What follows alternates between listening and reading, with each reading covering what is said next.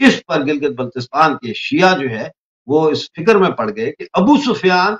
جو صحابہ کرام میں کو سنی شامل کرتے ہیں، لیکن انہوں نے یہ کہا کہ ابو سفیان نے تو حضرت علی کے خلاف جنگ لڑی اور یزید نے نواسہ رسولوں کو قتل کیا، تو ایسے میں ان کو بھی صحابہ کی کیٹیگری میں ڈال دیا، جس پر پھر شیعہ جو عالم ہیں آغا باقر حسین الحسینی ان کے خلاف ایف آئی آر کاٹے گی اور ہزاروں لاکھوں کی تعداد میں لوگ جو ہے وہ سڑکوں پر نکل آئے، وہ خطرہ بھی ٹل گیا۔ تو یہ اب پیراشوٹ کے ذریعے تحریک لبیک اور جماعت اسلامی کو اس تحریک کے آگے پیچھے لا رہے ہیں، اوپر جو ہے وہ اس کی جو ذہن سازی ہے وہ کر رہے ہیں تحریک تحفظ ختم نبوت، اسلام کو خطرہ ہے، اور یہ دیکھو کرسچنوں نے قرآن جلا دیا، وہ دیکھو شیعہ جو ہے وہ ابو سفیان کو صحابی نہیں مان رہے، یزید کو صحابی نہیں مان رہے۔ جو اس طریقے سے اس یونیفائڈ سٹرگل کو، جس میں شیعہ سنی کرسچن امیر غریب درمیانہ طبقہ سب شامل ہیں، اس کو مذہبی بنیادوں پہ کمیونل بنیادوں پہ توڑنے کی سازش کی جا رہی ہے۔ دیکھتے ہیں آنے والے دنوں میں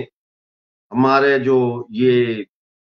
انالیسز ہے اس کی روشنی میں دیکھتے ہیں کہ پاکستان کے عوام کیا ایک دفعہ پھر اس کمیونلزم کے دھوکے میں اور اس فریب میں آتے یا اس تحریک کو کسی منطقی انجام تک پہنچاتے، اس لیے کہ یہ ان کو طریقہ انگریزوں نے سکھایا تھا۔ جب 1946 میں شولہ پور کی بغاوت ہوئی تو ناظرین اس وقت انگریز کا ماتھا ٹھنکا، اور 1946 سے لے کر 1947 اگست تک ہندوستان کو آزادی کی جو تحریک تھی اس کو کمیونل رائٹس کے خون کے سمندر میں غوطہ دیا گیا، غوطے پہ غوطہ دیا گیا، لاکھوں افراد قتل ہوئے اور کروڑوں میں جو ہے تعداد ہے جو آر پار گئے، اور وہ انقلاب جو ایک متحدہ ہندوستان کی آزادی کیا تھا، وہ آزادی جو ہے وہ ملی داغ داغ اجالا، یہ شب گزیدہ سحر، یہ وہ سحر تو نہیں، یہ فیض صاحب نے اس پہ کہا تھا کہ ہندوستان کے دو بازو کاٹ کے ہاتھ میں پکڑا دیا۔ تو بہرحال یہ سینیریو ہے، اور اس سینیریو میں اب ایک پروپیگنڈا پاکستانی آکوپائڈ جموں کشمیر میں اور شروع کیا گیا، اور وہ پروپیگنڈا یہ ہے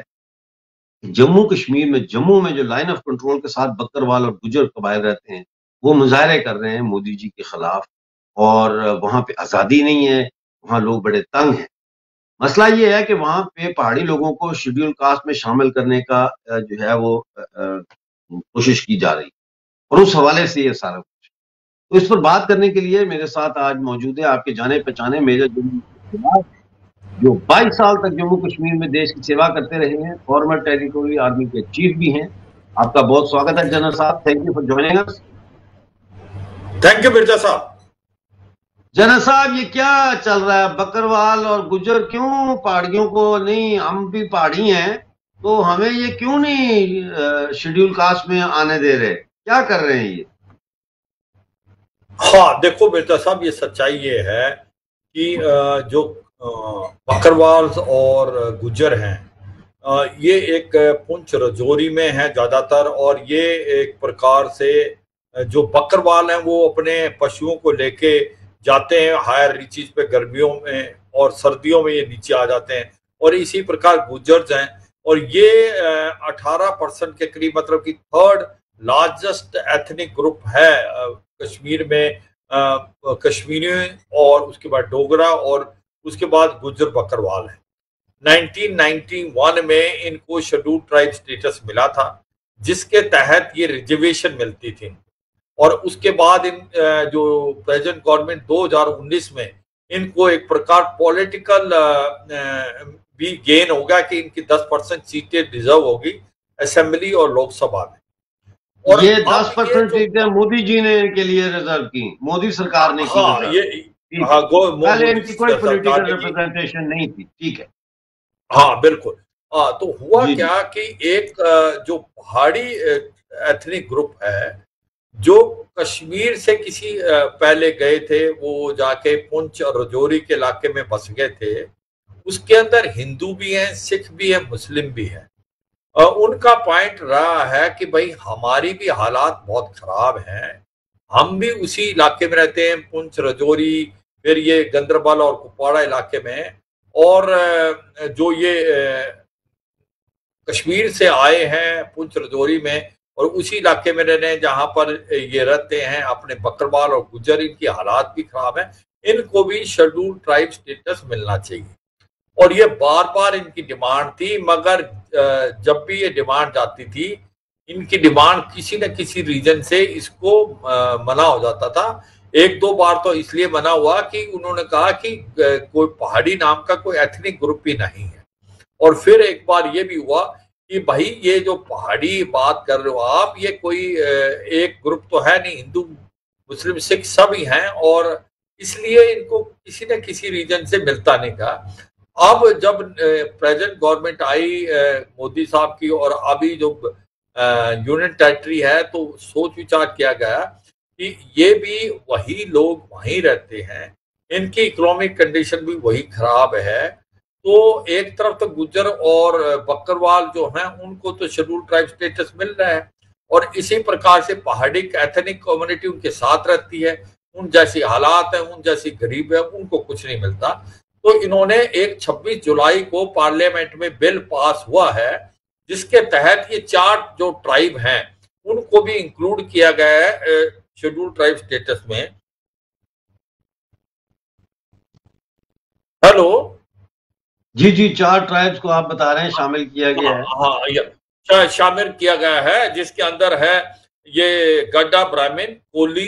اور پہاڑی ٹرائب اور پہاڑی ایتھنک گروپ۔ یہ جو پہاڑی کا ایتھنک گروپ ہے، جو یہ کولی ٹرائب ہے اور یہ جو برہمن ہے، گاڈا برہمن اور پہاڑی ٹرائب، یہ چھوٹے چھوٹے ہیں۔ سب سے زیادہ جو ہے وہ ایتھنک گروپ جو کہ پہاڑی ہے۔ اب بات یہ ہے کہ جب ان کو بھی شیڈول ٹرائب سٹیٹس مل گیا، تو یہ گجر اور بکروال کہتے ہیں کہ ان کو بھی ملے گا تو ہمارے کو نقصان ہے، کیونکہ جو ریزرویشن 10% ان کو ملتی تھی اسی میں سے شیئر ان کو بھی ملے گا، تو ان کو جو جاب وغیرہ ملتی تھی وہ ان کو کم ملیں گی، اور یہ پہاڑی کمیونٹی بھی اس میں سے کچھ لے لے گا۔ تو ان کا بیسک ایم یہی ہے کہ ٹو فائٹ اگینسٹ دس، وہ یہ کہہ رہے ہیں کہ یہ جو پہاڑی ایتھنک گروپ ہے یہ ایک کوہیسو گروپ نہیں ہے، اس میں ہندو مسلم سکھ ہیں، اور یہ ایک پرکار پہاڑی اس لیے کہلاتے ہیں کیونکہ یہاں پہاڑ میں آ کے بسے تھے یہ کشمیری علاقے سے، تو یہ ریپرزینٹ نہیں کرتے کسی ایک ایتھنک گروپ کو، یہ الگ الگ ہیں ہندو مسلم سکھ۔ تو ان کو آپ نے شیڈول ٹرائب سٹیٹس کیوں دیا؟ اور اصلی وجہ ہے اکنامک، کیونکہ جب سے ان کو شیڈول ٹرائب سٹیٹس مل جائے گا تو ان کو وہ جو سیٹیں ریزرو تھی بکروال اور گجر کے لیے اس میں سے ملے گا۔ تو سچائی یہ ہے کہ یہ ساری لڑائی اکانومک ہے، تو اس پہ اب وہ سٹرائک کرنے کی کوشش کر رہے ہیں۔ اچھا، اب آپ نے یہ پوائنٹ پوچھا تھا پہلے بھی کہ کیا اس کی کوئی سملیرٹی ہے جو منی پور والا کیس ہے؟ ہاں بالکل ہے، وہاں پر بھی یہی ہوا، جو لوگ وہاں پر میتی ہے جو کہ 90% ہے، جو کہ 53% ہے، وہ رہتے ہیں ایک پرکار سے امفال ویلی میں، اور جو کہ کوکی اور ناگاز ہیں جو کہ 40% ہیں، وہ رہتے پہاڑوں پہ، اور پہاڑوں پہ جو رہتے ہیں کوکی اور ناگاز، ان کے پاس شیڈول ٹرائب سٹیٹس ہے۔ جو لوگ 53% کے قریب جو رہتے ہیں ویلی فلور میں، ان کا شیڈول ٹرائب سٹیٹس نہیں تھا، ان کے پاس 10% ہی لینڈ تھا، اور 90% لینڈ کوکی اور میتیس کے ساتھ تھا۔ تو کورٹ نے بھی یہ ڈائریکشن دی، ہائی کورٹ نے، کہ آپ سینٹرل گورنمنٹ پہ کیس ٹیک اپ کریں، میتیس کو بھی شیڈول ٹرائب سٹیٹس ملنا چاہیے۔ جیسے ہی یہ بات ہوئی تو یہ کوکی اور ناگاز جو ہے وہ ایجیٹیٹ کرنے لگے، کامن ہے، کیونکہ اگر ان کو شیڈول ٹرائب سٹیٹس مل گیا تو وہ کہتے ہیں کہ ہمارے کو جو سیٹیں ریزرو تھی وہ تو میتی لے جائیں گے، کیونکہ میتی تھوڑے پڑھے لکھے جانا ہے، تو وہاں پر بھی اکنامک ریجن ہے۔ تو یہ سارا اکنامک ریجن کا گیم ہے۔ اب جو کشمیر کے اندر، کیونکہ یہ پہاڑی ایتھنک گروپ ہے، ان کو لگ رہا ہے کہ ہم پیچھے رہ گئے، ہمیں ریزرویشن دی نہیں، جبکہ ہمارے ساتھ جو گجر اور بکروال رہ رہے ہیں، ہمارے کی طرح ہی، ہمارے جیسا ہی وہ امیر غریب ہیں، ان کے پاس یہ ایک پرکار ریزرویشن ہے، ان کے پاس شیڈول ٹرائب سٹیٹس کی ریزرویشن ہے، اور ان کا پارلیمنٹ اور اسمبلی میں بھی ہے۔ تو ایسے میں گورنمنٹ نے یہ بات سمجھی، گورنمنٹ نے یہ ایک بل پاس کر لیا پارلیمنٹ میں 26 جولائی جو اس سال ہی، اور اس کے اندر یہ امینڈمنٹ آیا ہے جس کے تحت جو یہ 4 ٹرائب میں نے بتایا یہ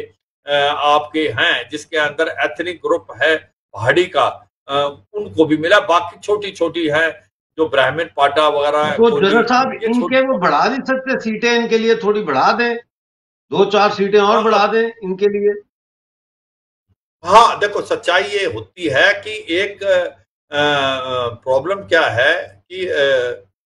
ایک ریسٹرکشن پاس کی ہوئی ہے کہ 50% سے زیادہ آپ ریزرویشن نہیں کر سکتے، تو اس کے اندر او بی سی بھی ہے، باقی گروپ بھی ہے، تو زیادہ تر یہ پرابلم ایک سٹیٹ کی نہیں ہے، کافی سٹیٹ میں ہے کہ جہاں پر آپ 50% سے آگے نہیں ریزرویشن لے جا سکتے، اسی میں آپ کو ایڈجسٹ کرنا ہے۔ تو اکانومک ریجن ایسے ہیں کہ جب کسی ایک کمیونٹی کو ملتا ہے تو دوسری کمیونٹی اس کے اگینسٹ ایجیٹیٹ کرتی ہے، کیونکہ اگر اس کو بھی ملا ہوا ہے، یہ ایک نہیں، ہریانہ میں بھی یہاں پر پرابلم ہے کہ 2 کمیونٹیز کے بیچ میں، تو یہ اصلی بات ہے۔ مگر پریزنٹ گورنمنٹ نے یہ سوچا کہ بھائی یہ جو پہاڑی ایتھنک گروپ ہے یہ کشمیر گھاٹی سے کبھی آ کے پنچ رجوری میں بسے، یار یہ ہندو بھی ہیں، سکھ بھی ہیں، مسلمان بھی ہیں، اور ان کی بھی اکنامک کنڈیشن حالات اچھے نہیں ہیں، ان کو بھی وہی ٹائپ سٹیٹس ملنا چاہیے جو ان کے ساتھیوں کو ملا ہوا ہے، گجر بکروال جو ان کے ساتھ رہتے ہیں۔ تو یہ بڑی جائز سی ڈیمانڈ تھی، مگر کیونکہ جب ان کو مل گیا تو واقعی یہ ان کا امپیکٹ گجر اور بکروال پہ ملے گا، جو ابھی تک 1991 سے ان کو ریزرو سیٹیں مل رہی تھی، بچے ان کے کالج میں پڑھتے تھے، میڈیکل کالج میں جاتے تھے، اور اسٹیٹ گورنمنٹ کی ان کے پاس ریزرویشن تھی۔ اب وہی ریزرویشن میں سے پہاڑیز کو بھی ملے گی، اور باقی جو چھوٹے چھوٹے گروپ آئے ہیں یہ کولی والا، ان کو بھی ملے گی، تو ایجیٹیشن اس کا ہی ہے۔ تو یہ سچائی ہے کہ جب آپ کی اکنامک گراؤنڈ پہ ریزرویشن ہوتی ہے اس کے اندر تکلیفیں تو ہیں، اور یہ ریزرویشن جو ہیں بھارت کے اندر ایک ٹیمپریری فیز تھا، مگر آزادی کے بعد بھی اب یہ آلموسٹ پرماننٹ ہی ہو گیا، کیونکہ اس کو بدلنا بڑا مشکل ہے، اور اس کے اندر جب بھی کچھ ایک پرکار چینج کیا جاتا ہے، کسی کو فائدہ تو کسی کا نقصان، جس کو فائدہ ہے وہ تو بہت اچھا ہے، جس کو تھوڑا سا بھی نقصان ہوتا ہے وہ ایجیٹیٹ کرتا ہے، کیونکہ کوئی شیئر نہیں کرنا چاہتا پاورٹی کو۔ تو سچائی یہ ہے کہ اس کے کارن یہ ساری چیزیں ہو رہی ہیں، مگر اب گورنمنٹ نے فیصلہ جو آپ بتا رہے ہو سوچ سمجھ کے ان کے ساتھ چلے ہیں، ان کو سینیٹائز کر رہے ہیں کہ بھائی آپ کا بھی دھیان دیا گیا ہے، آپ کو اتنے تک آپ نے فائدہ اٹھایا، پہاڑی جو ہیں یہ بھی آپ کے بھائی ہیں جو آپ کے ساتھ رہنے ہیں، آپ کی حالات جیسے ہی ان کے حالات ہیں، ان کو بھی کچھ نہ کچھ سٹیٹس ملنا چاہیے۔ جو آپ نے پوائنٹ آؤٹ کیا کہ کیا کچھ اور ایڈجسٹ وغیرہ کر کے جس سے ایجیٹیشن نہ ہو، مجھے لگتا ہے گورنمنٹ اس کے لیے سکریہ ہے، اور گورنمنٹ کچھ نہ کچھ بات چیت کر کے اس کا کوئی نہ کوئی حل نکالے گی۔ مگر یہ سچائی ہے جو پہاڑی ایتھنک گروپ ہے اس کی ڈیمانڈ جو تھی وہ جینون تھی، اور واقعی یہ لوگ جو تھے کافی غریب تھے، اور یہ پہاڑوں میں تھے، اور یہ ویلی سے کسی سے آئے تھے، تو ان کو اگر سٹیٹس ملا ہے تو یہ ایسا لگتا ہے کہ جو ان کو پہلے مل جانا چاہیے تھا اب ملا ہے، کم سے کم ایٹ لیسٹ ابھی تو ان کے ساتھ انصاف ہوا ہے۔ مگر گجر اور جو بکروال ہیں ان کی جو پوائنٹ ہے ان کو بھی گورنمنٹ مد نظر رکھ رہی ہے، کوئی نہ کوئی وائبل سولوشن نکالے گی جس کے کارن دونوں طرف کے لوگ خوش ہوں۔ مگر آج کی تاریخ میں یہ ایک بل جو ہے پارلیمنٹ میں پاس ہو گیا ہے، اور یہ جو 4 کمیونٹی جس کے اندر ایتھنک پہاڑی گروپ بھی ہے وہ ایس ٹی سٹیٹس مل رہا ہے، جس کے کارن ان کو ریزرویشن ملے گی آپ کے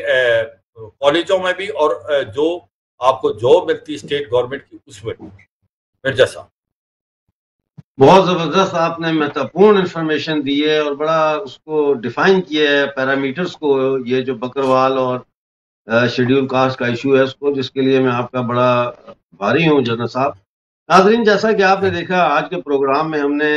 پی او جے کے اندر چلنے والی جو عوامی تحریک ہے اس کا، اور پاکستان میں جو اس کے اثرات ہے اس کا، اور پھر اس کو سیبوٹاج کرنے کی کیا سازشیں چل رہی ہیں مذہبی طور پر، اس کا احاطہ کیا۔ اس کے ساتھ ساتھ آج بکروال اور گجر اور پہاڑیوں کا جو یہ ایشو چل رہا ہے اس کے اوپر بھی بات کی۔ پرسوں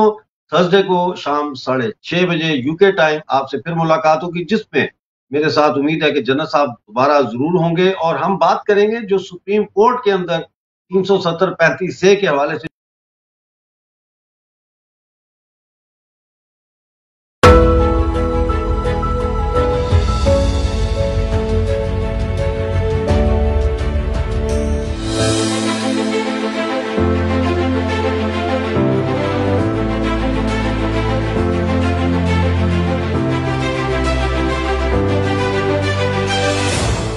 Our pets help us feel better, happier. Let's do the same for them with Frontline Plus, the UK's best-selling flea and tick protection for our best friends. Are you wasting dosh paying interest on your credit card? Well, my friend, I got something that may be of interest to you.